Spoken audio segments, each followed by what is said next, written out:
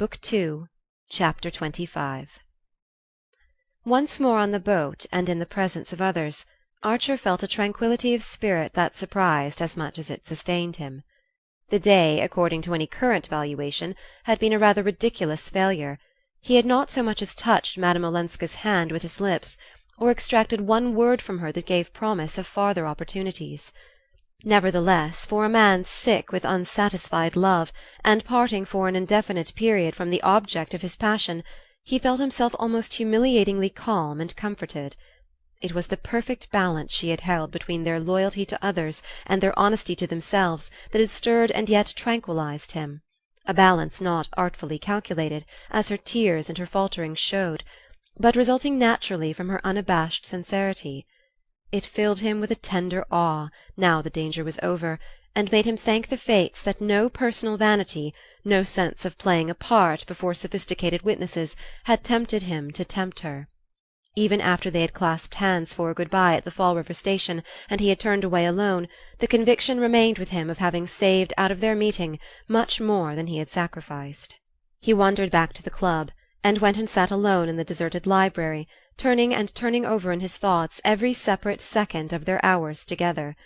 It was clear to him, and it grew more clear under closer scrutiny, that if she should finally decide on returning to Europe, returning to her husband, it would not be because her old life tempted her, even on the new terms offered. No, she would go only if she felt herself becoming a temptation to Archer, a temptation to fall away from the standard they had both set up. Her choice would be to stay near him as long as he did not ask her to come nearer, and it depended on himself to keep her just there, safe but secluded.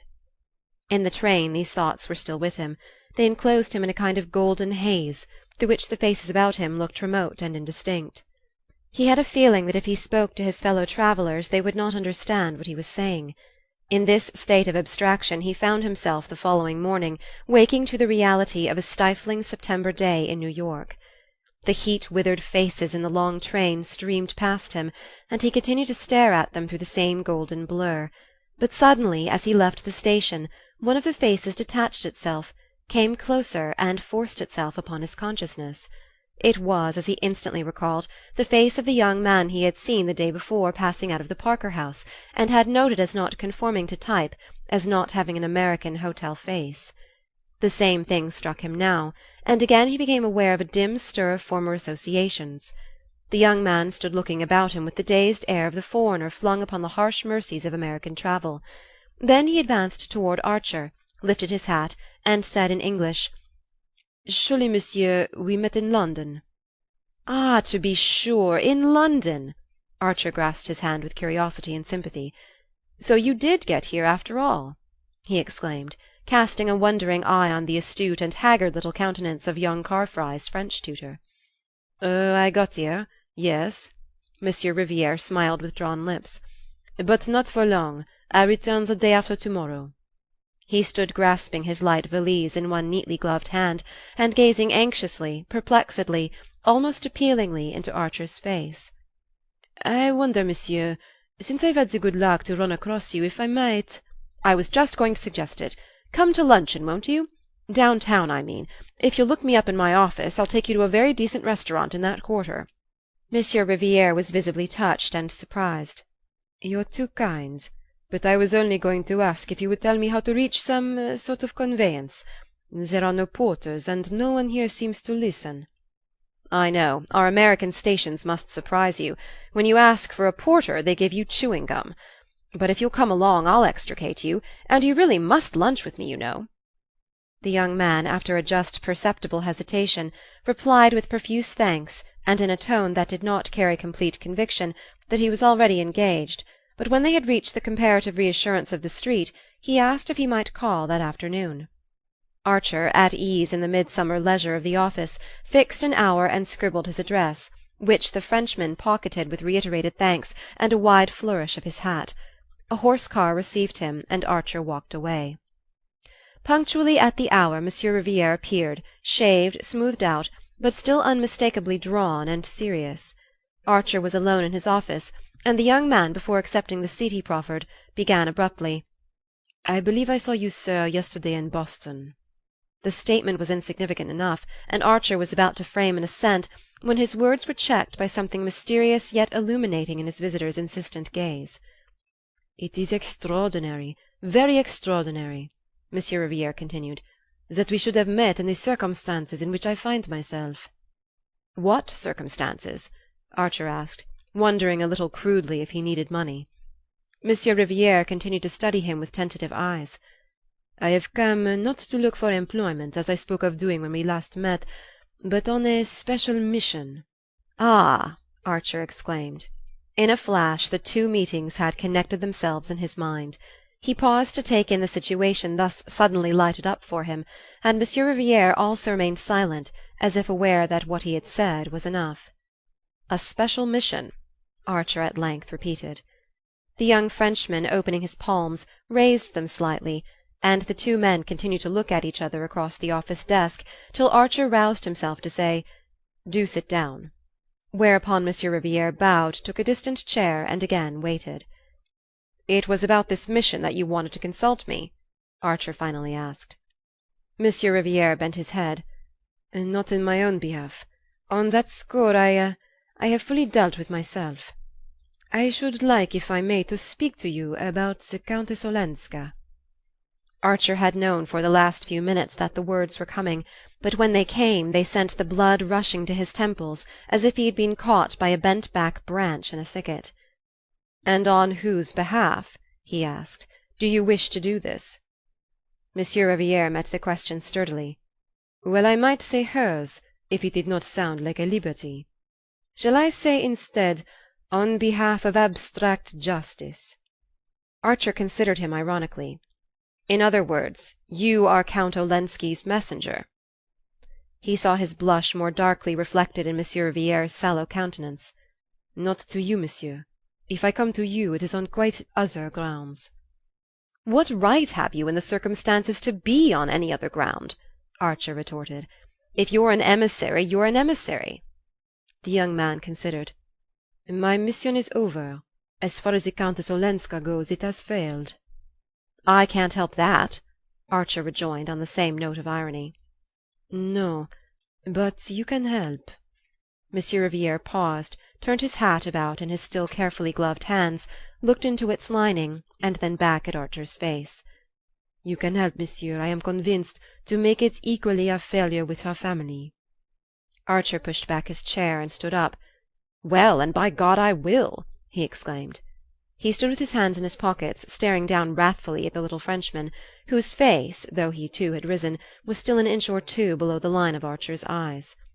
Monsieur Riviere paled to his normal hue; paler than that his complexion could hardly turn. "Why the devil," Archer explosively continued, "should you have thought, since I suppose you are appealing to me on the ground of my relationship to Madame Olenska, that I should take a view contrary to the rest of her family?" The change of expression in Monsieur Riviere's face was for a time his only answer. His look passed from timidity to absolute distress.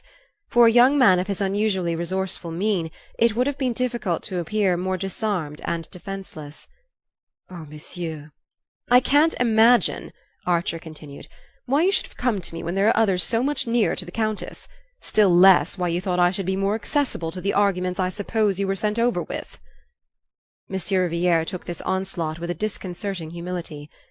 "The arguments I want to present to you, monsieur, are my own, and not those I was sent over with." "Then I see still less reason for listening to them." Monsieur Riviere again looked into his hat, as if considering whether these last words were not sufficiently broad hint to put it on and be gone. Then he spoke with sudden decision. "Monsieur, will you tell me one thing? Is it my right to be here that you question? Or do you perhaps believe the whole matter to be already closed?"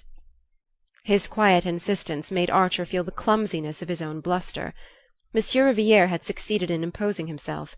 Archer, reddening slightly, dropped into his chair again, and signed to the young man to be seated. "I beg your pardon, but why isn't the matter closed?" Monsieur Riviere gazed back at him with anguish. "You do, then, agree with the rest of the family that, in the face of the new proposals I have brought, it is hardly possible for Madame Olenska not to return to her husband?" "Good God!" Archer exclaimed, and his visitor gave out a low murmur of confirmation. "Before seeing her, I saw, At Count Olenski's request, Mr. Lovell Mingott, with whom I had several talks before going to Boston. I understand that he represents his mother's view, and that Mrs. Manson Mingott's influence is great throughout her family." Archer sat silent, with the sense of clinging to the edge of a sliding precipice. The discovery that he had been excluded from a share in these negotiations, and even from the knowledge that they were on foot, caused him a surprise hardly dulled by the acuter wonder of what he was learning. He saw in a flash that if the family had ceased to consult him, it was because some deep tribal instinct warned them that he was no longer on their side; and he recalled, with a start of comprehension, a remark of May's during their drive home from Mrs. Manson Mingott's on the day of the archery meeting. "Perhaps, after all, Ellen would be happier with her husband." Even in the tumult of new discoveries, Archer remembered his indignant exclamation, and the fact that since then his wife had never named Madame Olenska to him. Her careless allusion had no doubt been the straw held up to see which way the wind blew.